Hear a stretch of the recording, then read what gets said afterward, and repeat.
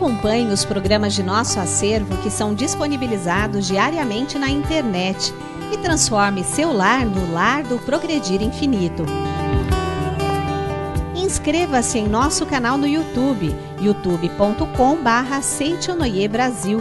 Curta nossa página no Facebook, facebook.com/SNI Brasil e acesse sni.org.br. Programa Seitonoi na TV, a qualquer hora e em qualquer lugar, levando até você o modo feliz de viver em harmonia com a natureza.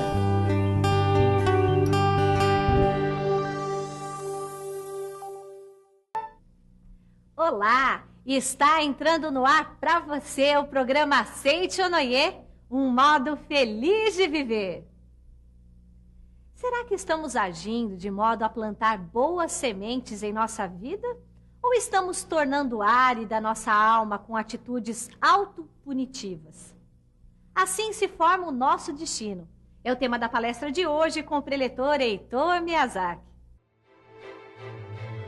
Seja você também um mantenedor do programa Seitonoi na TV. Acesse o site sni.org.br/SNITV ou pelos telefones 0800 770 2600 ou 0 prestadora 11 5074 4180 e transforme a sua vida e a de muitas pessoas através de sua doação. Muito obrigado. Se até hoje você pensou que não tinha forças para mudar sua vida, preste atenção no que vem aí. Assim se forma o destino. Preletor Heitor Miyazaki.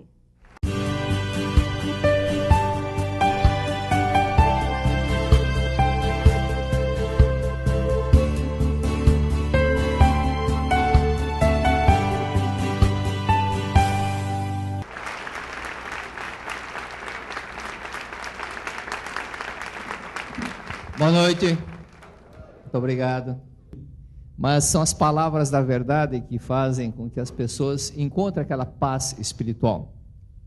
Um fato que lembrei agora, aconteceu na Bahia, uma senhora estava fazendo tratamento exatamente contra a insônia, para tirar o problema, para se curar da insônia. E chegou um dia que o médico disse: eu preciso ser sincero com a senhora, todos os remédios que eu conheço, eu já dei para a senhora. Agora eu não sei mais o que dá. Mas eu tenho que confessar que quando a senhora começou o tratamento aqui, eu também sofria com o mesmo problema, mas eu me curei. E ela, é? Mas como é que o senhor se curou? Aquela revistinha da Seitonoi que a senhora traz, eu comecei a lê-lo.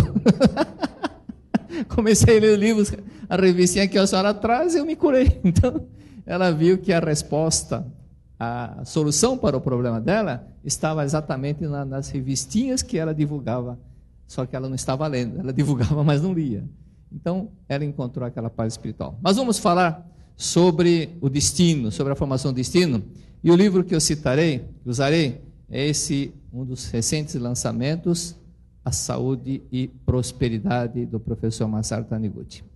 Esse livro é fantástico. Não é japonês, mas sugiro que leiam. Vocês vão encontrar respostas maravilhosas. Até no final do livro tem um caso interessante de um senhor que tinha uma doença chamada paralisia tremente. Já ouviram falar nessa doença? Aí o mestre falou: mas que doença, que nome é esse? Não, me deram esse nome, o médico citou esse nome. E ele ficava tremendo o corpo todo. Aí o mestre falou: o senhor fica tremendo o corpo todo porque o senhor fica guardando muita raiva. O senhor é muito irascível, muito irritado. Na hora que ele fez aquela orientação para aquele senhor, ele notou que atrás estava a esposa. Ele olhou a esposa olhando com uma forma arrogante, assim, nariz empinado. E ele disse: sabe por que está doente? A senhora está enganada. Não é ele que está doente, é a senhora que está doente. Mas como? É ele que está doente? Não, a senhora. A senhora, com esse jeito autoritário, de mandona, esse jeito de querer ser um general, ele fica com raiva, nervoso, irritado, e por ser muito educado, ele não dá um murro na senhora. E ele foi falando, né? E nisso o homem começou a chorar. E o mestre falou, só um chorando não resolve o problema. Porque não há uma reconciliação mútua. E ele foi explicando para aquela senhora.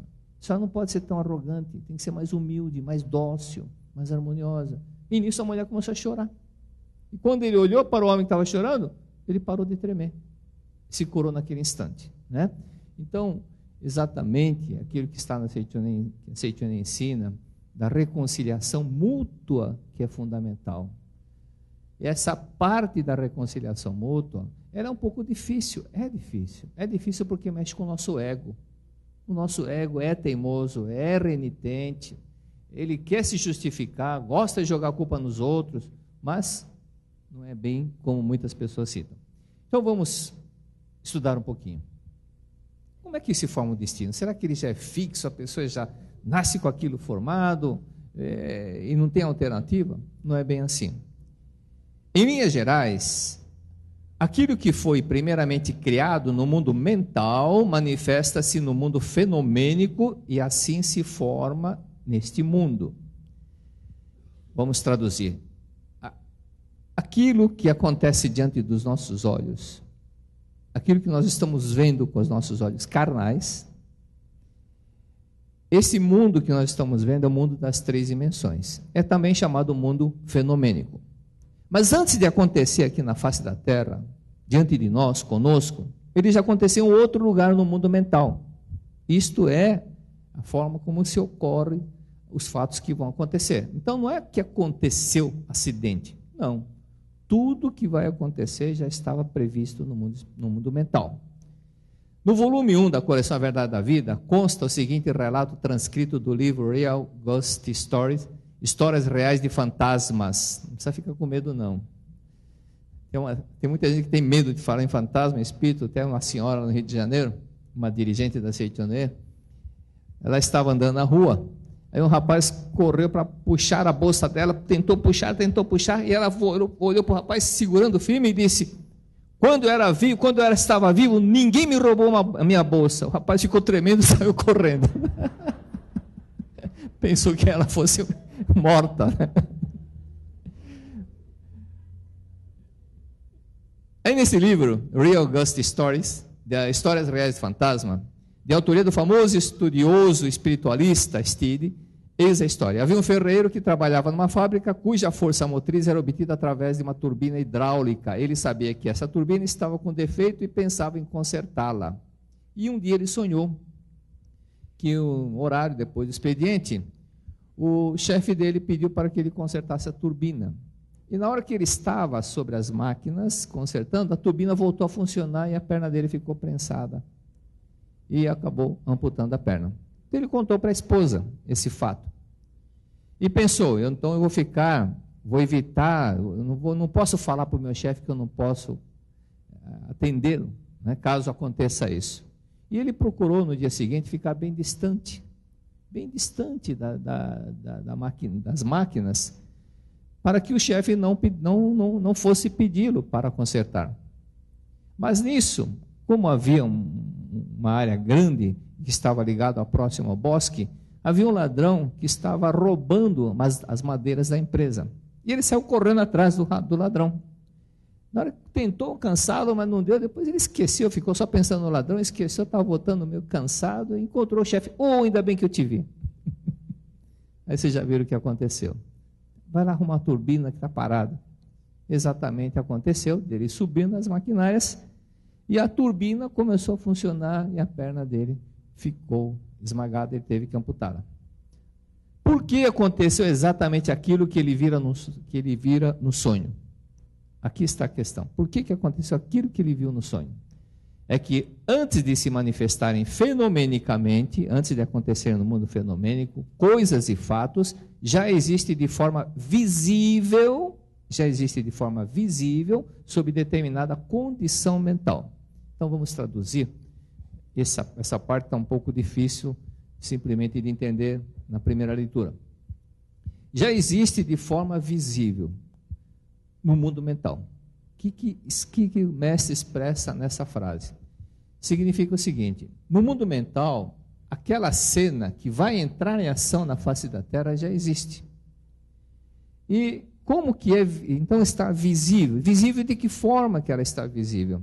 Ou através de sonhos, como aconteceu com esse rapaz, ou através de uma hipnose profunda que aquela senhorita chamada Heine, na França, em 1912, em fevereiro de 1912, estado de hipnose profunda, ela viu a cena de uma guerra. Em 1913, novamente em estado de hipnose profunda, ela viu a cena de guerra muito mais forte. Em 1914 aconteceu a Primeira Guerra Mundial. Então, desde 1912, já estava em formação o fato que iria acontecer na face da Terra, que era a Primeira Guerra Mundial. Mas, exatamente isso que nós temos que questionar. E agora, sabendo que vai acontecer, isso é suficiente? Querer saber o que vai acontecer, você ficar consultando uma forma, seja de carta, seja lá, e vai acontecer isso. Será que isso faz com que você possa corrigir o destino? Não é isso suficiente. O importante não é você saber o que vai acontecer, né? Se nós desejamos melhorar o nosso destino, devemos, enquanto ele ainda está no mundo mental, corrigir essa imagem do filme mental. Então, se você deseja que o seu destino, que aquilo que acontece diante de você, ocorra de uma forma agradável, em que você possa ser feliz, você tem que mudar o seu modo de pensar, o seu modus vivendi, o seu modo de agir. E, consequentemente, mesmo que o fato que esteja previsto acontecer, venha a acontecer, um acidente, por exemplo, você, estando com a mente em harmonia, você não vai ser tragado para aquela situação. Como aconteceu com uma senhora divulgadora da Seitonoye, lá em Nova York, quando aconteceu aquele acidente de 11 de setembro. Essa senhora saiu de casa e ela trabalhava naquele prédio, num daqueles prédios, numa das torres que foi atingida pelo avião. E o marido, ouvindo aquela informação, voltou para casa, foi para casa super triste, porque a esposa trabalhava naquele local. Mas ele estava trabalhando em casa, de repente a esposa aparece e falou: "Você está viva? É você mesmo?" Sou eu mesmo. Mas você não, no horário de trabalho, você devia estar lá. Falando: "Não, pois é. Eu tinha que passar na minha costureira, a costureira atrasou o serviço e eu cheguei atrasada, cheguei depois do acidente." Né? Por que a costureira fez com que ocorresse esse atraso? Porque o sentimento harmonioso dela não era semelhante à tragédia. Por isso que a lei da semelhança funciona de uma forma maravilhosa. Semelhante atrai semelhante. Por isso que as pessoas que estão sempre batendo o carro, mude o seu modo de pensar. Viva mais em harmonia, principalmente com quem você vive. Você fica com um pensamento agressivo, fica sempre agredindo o carro. O carro que sofre agressão é o sentimento agressivo que a pessoa mantém. Não é? Aí vem outra história. Ainda no livro do Medellín, consta um outro episódio que aconteceu. Dia 4 de maio, o Dr. Teste hipnotizou a senhora Hortense. E diante do marido, ela, em estado de hipnose, disse que no dia 12 de maio, exatamente às 15h30, ela no estado, na hora que ela entrou em estado no estado de hipnose, ela mencionou o fato que o marido não sabia. Ela disse: "Eu estou grávida de 2 semanas. Isso foi no dia 4 de maio. E no dia 12 de maio, às 15h30, eu vou perder o bebê. Vou ter um susto, vou ter uma coisa que vai me deixar assustada e eu vou perder o bebê, vou abortar o bebê." Quando chegou o dia, o marido e o médico fizeram de tudo para segurar aquela senhora, a senhora chamada Hortense, naquele local dentro do consultório. E quando foi chegando o horário, às 15h, ela percebeu que tanto o marido como o médico estavam tensos. E ela olhou para os dois e disse: "Mas o que vocês estão fazendo? Por que vocês estão me prendendo aqui? Você não pode sair." "Não, mas eu tenho que sair." Não saia daqui." "Mas afinal, o que vocês pretendem?" Ela disse. "Aconteça o que acontecer, eu vou sair." E ela reagiu dessa forma. "Não, senhora, não saia do quarto, será ruim para a sua saúde." "Não se preocupe, doutor, se é pela minha saúde, será melhor que eu saia." E ela respondeu dessa forma, e o marido acompanhando. Na hora que ela sai, um rato que há 20 anos não aparecia no local pulou sobre a senhora Hortência. E ela desmaiou, e aconteceu exatamente como ela havia profetizado em estado de hipnose. Então, exatamente aquilo que acabou acontecendo, por que aconteceu? Aí vem a seguinte explicação, né?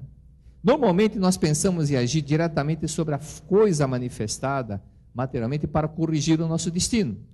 Então, a ação que a pessoa toma quando sabe de algum fato que está para acontecer é querer corrigir na frente aquilo que foi visto, o fato que vai acontecer. Tentam corrigir o efeito, mas não corrige a causa, que é a mente. Por isso que as coisas acabam acontecendo, as pessoas não conseguem evitar uma tragédia, um acidente. Entenderam? Então, como a mente da pessoa não mudou, a causa não foi mudada, não adianta querer corrigir o efeito. Qual foi a ação que o médico e o marido da senhora Hortência tomaram? Eles se preocuparam para que ela não saísse daquele quarto exatamente nas 15 horas e 30 minutos. Mas algo fez com que ela acontecesse dela sair. Mas a ação deles, querer evitar a ação dela sair, eles estavam corrigindo o efeito e não a causa. Mas como a causa continua a mesma, ela abortou a criança. Por isso, nós temos que compreender que tudo gira em torno da nossa mente. E na página seguinte, diz o mestre, a mente é a força que gera os atos, o meio ambiente e o destino. Olha que frase interessante. A mente é a força que gera os atos. Todo ato que você vai fazer, nasceu em primeiro lugar aonde? Na mente. Se você vai levantar a mão, por exemplo, a mente que fez com que a ação de fazer, né? Surgiu na mente. O meio ambiente que você vive e também o próprio destino. Tudo isso nasce na própria mente. Por isso, quando nós desejamos mudar o destino, precisamos ver como que está o nosso modus vivendi. Como que nós estamos atuando? Como que nós estamos vivendo? Qual é a nossa forma de viver, nosso pensamento do dia a dia? Exatamente, aqui diz o seguinte: a mente é a força que gera os atos, o meio ambiente e o destino do ser humano. Porém, é um erro pensar que a mente seja apenas o consciente. O consciente é uma parte da nossa mente, aquela que aparece à superfície, resumindo-se aproximadamente a 5% da totalidade. Então, a nossa mente que está trabalhando, está pensando, raciocinando, é o consciente que ocupa 5%. Certo? Tudo bem? Então, comigo eu estou sozinho. Tinha um professor curso de pós-graduação que eu fiz, ele falava assim, estou comigo ou estou sozinho? Ele falava, não, estamos com o senhor. Eu falei, então tá bom, sinal que vocês estão me entendendo. E os 95% da nossa mente, ela é uma imensa área que pertence ao subconsciente. Mas o que é que está no subconsciente? Que tipo de sentimento nós guardamos no subconsciente? Muitas pessoas falam, conheço, só quero que ensine a agradecer. Mas, gente, só agradecer da boca para fora é só os 5% que está trabalhando. Mas o que vale não é só você falar obrigado, é você sentir gratidão. Não é o racional, não é o seu consciente falar obrigado, mas a sua emoção de vibrar aquele sentimento de gratidão, o seu emocional. Você ter no seu subconsciente o sentimento de gratidão. O que tem mais força é o sentimento, não o simples pensamento. Você pode pensar, eu sou filho de Deus, eu não vou ficar nervoso na hora do exame. Muito bem, falou grosso e falou bonito. Aí chega na hora do exame, a perna começa a tremer, começa a transpirar, dá diarreia. Coisa mais rápida do mundo, né? Tem os 3 cientistas discutindo qual que é a coisa mais rápida do mundo. Um falou que é pensamento, outro falou que é energia elétrica, outro falou, não, é diarreia, que não dá tempo de segurar. Mas se no subconsciente a pessoa guarda uma série de insatisfações, no subconsciente a pessoa ainda nutre ressentimentos contra o papai, mamãe, padrasto, madrasta, ela sempre vai ter problemas na vida. Sempre vai ter problemas, sempre terá. problema com a chefia, problema com os superiores, porque ela mesma não respeita os seus superiores. Essa irreverência, o fato de ser irreverente, de não ter docilidade. Por isso que muitas pessoas comentam, né? Por que nós temos 5 sentidos e algumas pessoas têm problemas de olfato, ou não sente o paladar, ou se torna ruim do ouvido. Estão ouvindo? Então, né? Então, porque vocês são dóceis. As pessoas que não têm docilidade em ouvir, a sensibilidade de manifestar humildade perante os pais, então afeta seus órgãos sensórios. E é comum, acontece muito na Seitione, pessoas que não têm olfato, quando aprendem a perdoar, amar papai do fundo do coração, a vida dela muda, o destino dela muda, ela passa a sentir olfato. Tudo isso é consequência do estado mental que a pessoa vai guardando. Aí nós adiante, se diz o seguinte: se nós concentrarmos os esforços visando um objetivo, não há perigo de fracassarmos? Vou repetir. Se concentrarmos os esforços visando o objetivo, não há perigo de fracassarmos? Você concentra todo o seu esforço, você se esforça, se concentra naquele objetivo. E dessa forma, não tem como fracassar? Não necessariamente. Pode acontecer o fracasso sim, né? Há pessoas que, por mais que se esforcem, acabam fracassando. Por que isso acontece? Porque vivendo em permanente esforço, em continuado estado de tensão, fisiologicamente sua glândula suprarrenal secretará adrenalina em demasia, aumentando a quantidade de colesterol no sangue, estreitando as artérias, envelhecendo e matando-as. Ave Maria. Mas tudo é estado emocional, né? Tudo é estado emocional, que a pessoa fica de uma forma estressada. E estresse, é fácil eliminar o estresse. Aprenda a fazer meditação em Shinsokan, que o estresse vai embora. Tudo é questão de você praticar. O esforço é muito importante, mas o essencial para que tenhamos bons resultados é o estado de espírito com que nós nos dedicamos nos nossos esforços. Tá? Não é questão de esforçar, mas com que estado de espírito você faz. Esse que é fato importante. Aí conta o caso que a senhora Stella Terra Mayo orientou um senhor, um rapaz, que ele era super azarado. Tudo que ele fazia dava errado. Era o campeão de dar zebra na vida dele. Era a mente dele que vivia desgostosa. Ele não tinha êxito em nada. Um homem feliz, detestado pelos superiores no seu emprego e que nada fazia dava certo. Porém, se nada do que ele fazia dava certo, não era porque o ambiente não ajudava. Mas havia na mente dele insatisfação. Você olha para... Não, aqui está todo mundo, você olha assim, rosto iluminado, olhos brilhando, mas você olha para o rosto de determinadas pessoas, aquela bochecha caída, né, cara de insatisfeito, e só reclama. Você já pensou viajar ao lado, 10 horas ao lado de uma pessoa que só reclama? Você... coisa chata, né? 10 horas ouvindo reclamações. Pois é, ele tinha o hábito logo de se levantar, pensar em fatos desagradáveis e vivia sempre irritado. A pessoa, Stella Mayo disse o seguinte: vai lá mudar o seu modo de pensar, né? Procure seu modo de pensar, faça a barba, não fique tão relaxada. Pessoas que muitas vezes andam tão relaxadas e que não se cuida, também não é esse caminho. Mas voltando à atitude mental, nós temos que aprender a amar a si próprio, não é verdade? Às vezes a pessoa pode não ter pode não ter,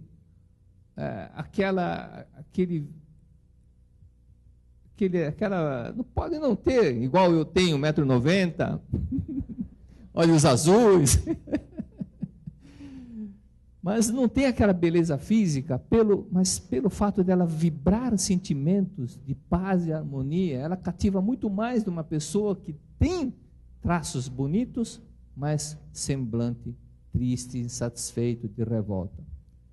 Por isso que nós temos que pensar, se nós desejamos mudar a vida, melhorar o destino, pensar na forma como nós estamos nos expressando. O nosso rosto é fotografia do nosso inconsciente. Nós estamos mostrando o rosto dizendo, ó como que é meu inconsciente. Olha como que é meu inconsciente. E olhando para o rosto das pessoas, para o olho, para o olhar das pessoas, nós vamos percebendo o que ela guarda dentro dela. Não é? Por esse motivo, temos que pensar sempre, como filhos de Deus, diz o mestre, viver como filho de Deus. O porco vive como porco, mas o filho de Deus tem que viver como Deus, em harmonia, em paz e alegria, respeitando e reverenciando, porque quem respeita e reverencia também é respeitado e reverenciado. E quando nós passarmos a respeitar e não discriminar, da mesma forma seremos tratados com respeito, sem discriminação. Tudo está na nossa mente. Não julgueis para não ser julgados, disse Cristo. Essas coisas acontecem, não acontecem por acaso. Nós estamos colhendo aquilo que nós estamos plantando nas nossas atitudes, nos nossos pensamentos, no nosso senso crítico. Tá certo? Muito obrigado a todos. Aqui em Serra Parada, muito obrigado. Vamos agora orar juntos. Oração para eliminar o temor e o apego. No universo existe um único Deus, o qual é a mente onipresente no cosmos, a sabedoria infinita, o amor infinito, a vida infinita. Ele é um ser transcendental e ubíquo, que se aloja em nós, constituindo a nossa vida, a nossa consciência, a nossa sabedoria e a nossa mente que ama todos os seres. Como o perfeito trabalho da vida de Deus está se processando continuamente dentro de mim, eu sou sempre saudável. Como a sabedoria de Deus está orientando todos os meus atos, eu nunca falho nas minhas condutas, nunca me perco nos caminhos tortuosos e avanço sempre pelo caminho correto.